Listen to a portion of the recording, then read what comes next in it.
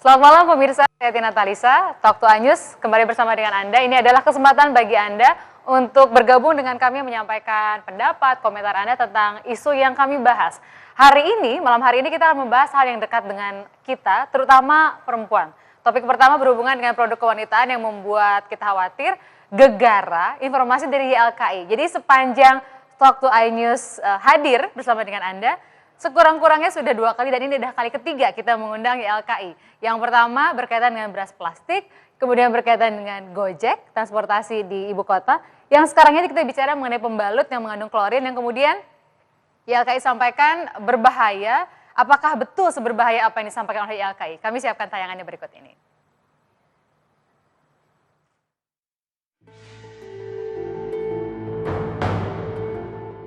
Baru-baru ini masyarakat Indonesia terutama kaum perempuan dikejutkan dengan penemuan sejumlah produk kewanitaan yang mengandung zat berbahaya klorin atau pemutih. Penggunaan klorin melewati ambang batas itu ditemukan oleh Yayasan Konsumen Indonesia YLKI pada 9 produk pembalut wanita dan 7 produk panty liner.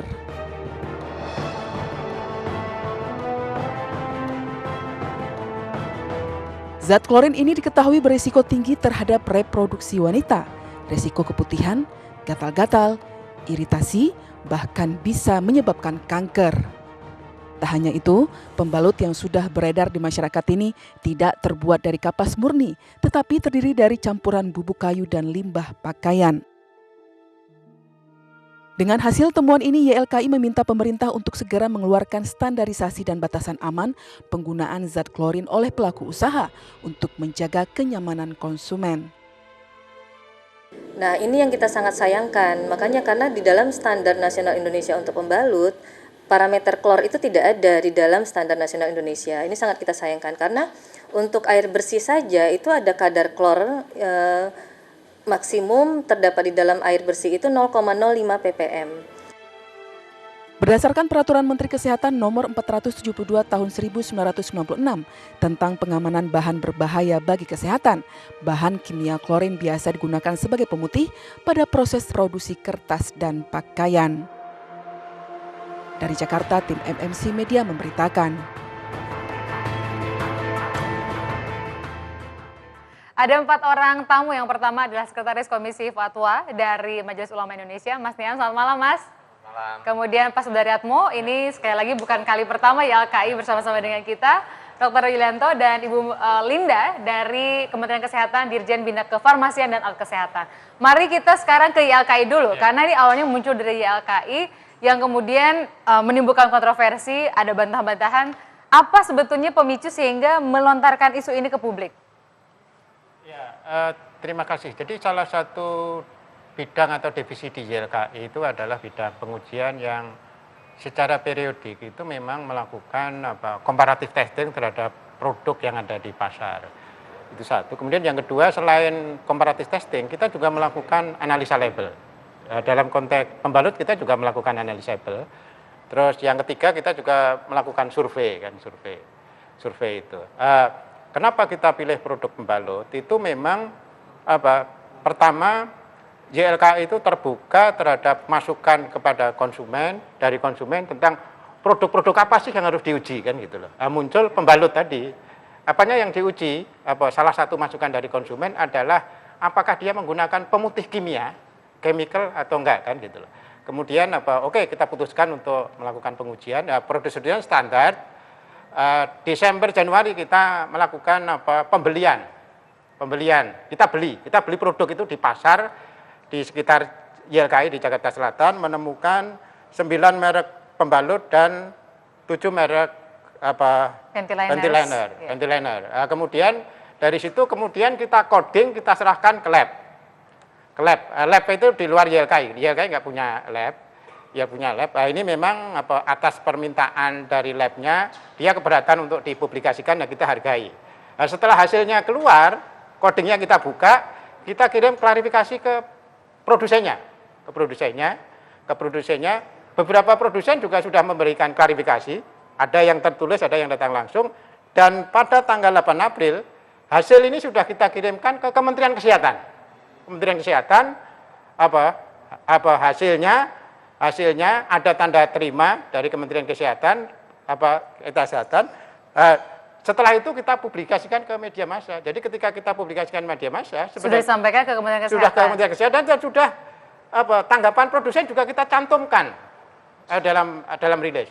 Persoalan media itu tidak memberikan secara utuh itu di luar kontrol YLKI, tapi YLKI sudah mencantumkan tanggapan produsen tadi. Baik, gitu. Saya ke Bu Linda, karena ini kan kemudian masyarakat resah.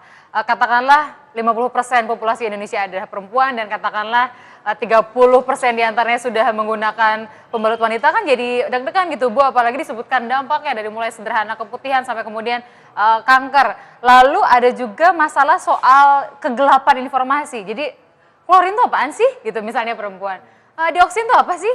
Terus emang apanya di pembalut wanita adanya? Lalu emang seberapa jauh dampaknya untuk kita? Kalau ternyata pemerintah belum menetapkan standar ambang batas yang aman digunakan. Bu Linda.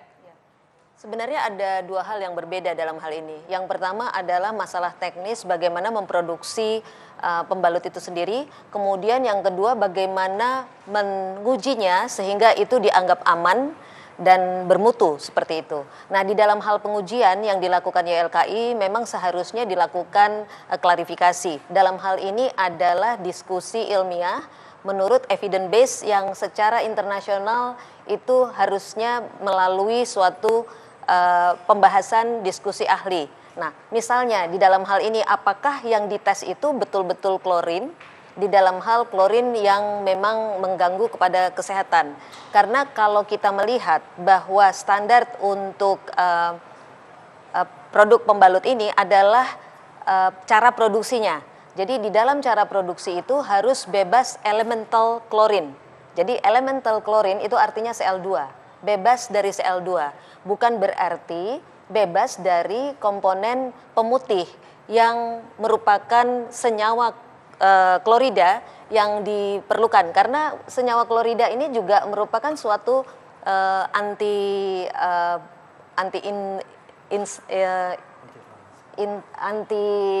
antibakteri, Inflamasi? Bukan, merupakan suatu pembersih gitu, seperti itu. Jadi sederhananya kalau kita ditanya oleh publik, klorin itu biasanya ada di produk apa? Di pemutih pakaian ada ya Bu ya? Sebenarnya pembalut itu syaratnya memang harus putih karena dia harus bebas dari zat warna. Nah, pemutih apa yang diperlukan atau yang diperbolehkan itu menurut standar internasional termasuk dari US FDA yaitu bebas elemental klorin atau bebas total dari klorin. Nah, dua ini yang harus dipenuhi. Nah, untuk ini tidak boleh menggunakan klorin atau elemental klorin, dalam hal ini adalah dalam berbentuk gas klorin atau klorin larutan yang merupakan Cl2. Dari sisi Kementerian Kesehatan sudah membuat tanggapankah bahwa apa yang disampaikan di LKI itu sependapat atau berbeda pendapat dengan tes yang dilakukan oleh Kementerian Kesehatan? Sebenarnya kita belum menerima di dalam hal ini, mungkin sudah dikirimkan tetapi kita belum terjadi komunikasi karena saya tidak tahu itu masalah lain ya. Tetapi kami kemarin atau hari ini kami belum menerima, walaupun mungkin katakan secara administrasi, tetapi komunikasi itu memang harus dilakukan dalam hal verifikasi, dalam hal diskusi, itu pun harus ditentukan oleh cara untuk mengambil kesimpulan, itu harus dilakukan verifikasi, harus dilakukan semacam diskusi. Baik. Apakah standar mutu yang dilakukan, metode sampling ataupun metode pengujiannya itu sudah sesuai. Jadi kita nanti akan tanyakan lagi ke Pak Sudaryatmo, apakah baru berkirim surat hanya secara administrasi tapi belum ada diskusi, atau merasa sudah mendapat tanggapan dari Kementerian Kesehatan? Kita lanjutkan sesaat lagi.